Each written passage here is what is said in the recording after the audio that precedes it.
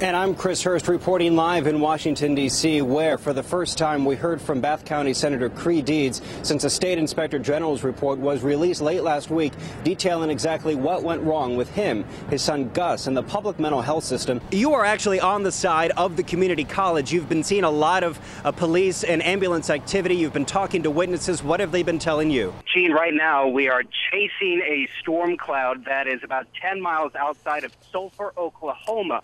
That is about 20, 25, 30 miles south of Oklahoma City and more, where we understand that a tornado has touched down on that area. They were telling me earlier they had been waiting a long time and more to get their own medical center. Well, behind me is a very heavily damaged hospital. Cars are stacked on top of one another, and now search and rescue teams are trying to enter the hospital looking for any bodies. And hours later, Roanoke police are still here, and let's tell you exactly what they're doing right now. There is a forensic service unit truck, and there are magenta, orange, green, and blue strings that are then connected to bullet holes inside this white pickup truck. Now, here's what we know at this point. Lieutenant, her body was found in Alabama. There had been reports Stanley Crotts threatened to kill Hodges and take the body to Alabama. Has that state always been on your radar? Today, we learned the fate of Dominique Young, the 17-year-old who was speeding when his car lost control and he killed two teens on Merriman Road in Roanoke County last November. Brent Watts is tracking the severe risk this evening. I think a lot of folks are getting tired of seeing me at the very beginning of the broadcast. We love seeing you, Brent. It's these storms that I think we're tired of. I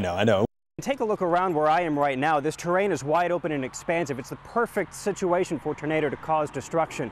So imagine you're sitting in your living room when a twister comes to your front door. You go outside to see the damage for yourself, only to find the unimaginable.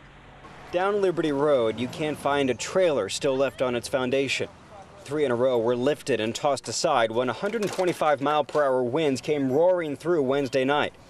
And one woman was killed. This is what's left of Shirlene Howard's trailer. When the storm came through, it lifted her and her home and tossed it some 20 yards into the middle of the street. It was her neighbor, Brian Short, who found her first. And I just happened to look down, and there that lady was laying. I mean, I checked for a pulse, rolled her over, but she was gone. Short was in his house as the tornado hit.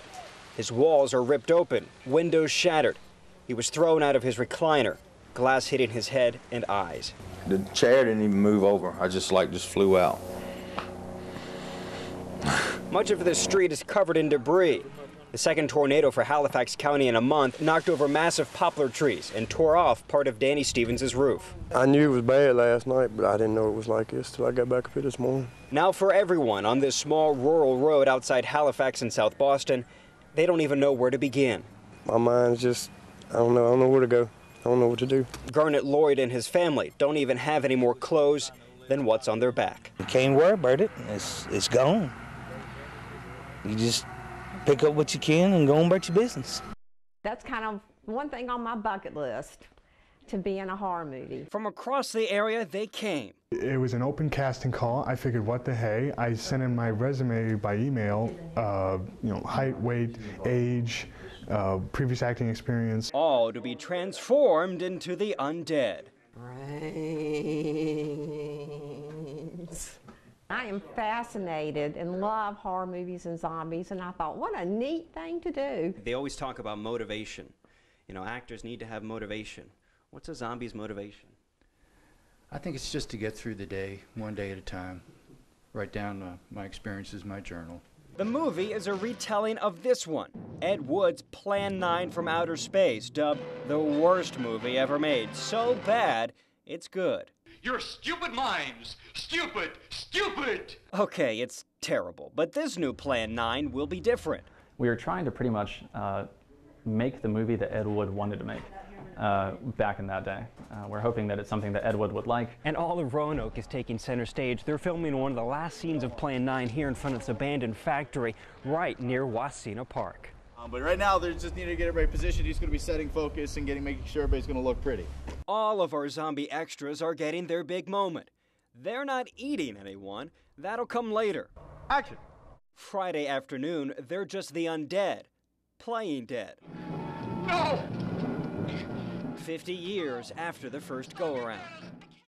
Last fall, WDBJ-7 was the first to report Butch Lawhorn was the focus of a state police investigation. He lost his chief position around the same time. Troopers searched the fire station and his house back then. Wednesday, the day a grand jury indicted him, we went to his home to ask for comment. Lawhorn opened the door but didn't want to talk about the allegations. Some of the facts that have been alleged, are they inaccurate that would have been damaging to your reputation? Some of them are. Okay. So, I mean, and that's why we wanted to give you an opportunity to maybe address some of that. Sources with knowledge of the state police investigation say since as early as 2010, Lawhorn has taught rescue squad members and firefighters in the county using teaching materials he was not authorized to use and gave out fake certificates of completion. The paperwork looks like it's from Rescue 3. In a search warrant, state police investigators said though Lawhorn did take steps to become a technician, he never completed necessary coursework and is not authorized by any organization to teach life-saving techniques. The stack of charging documents accuse him of forgery and obtaining money by false pretenses. Some of the pages include the names of people he improperly certified. It was back in August, investigators say Lawhorn's scheme began to unravel. It was then volunteers from the Glasgow Volunteer Fire Department took one of Lawhorn's swiftwater rescue courses. 3 volunteers had to be taken to the emergency room that day. It was then that officials in Rockbridge County began to question Lawhorn's credentials. We'll take every situation that comes to us. Despite questionable training, Glasgow Fire Chief John Hill is confident his team, which gets called out frequently for calls, can do the job. As a fire chief, I feel confident that our department can handle any call that's assigned to us. And as far as in the field that we were trained by Mr. Lawhorn, with previous training in that field, I feel confident in our department.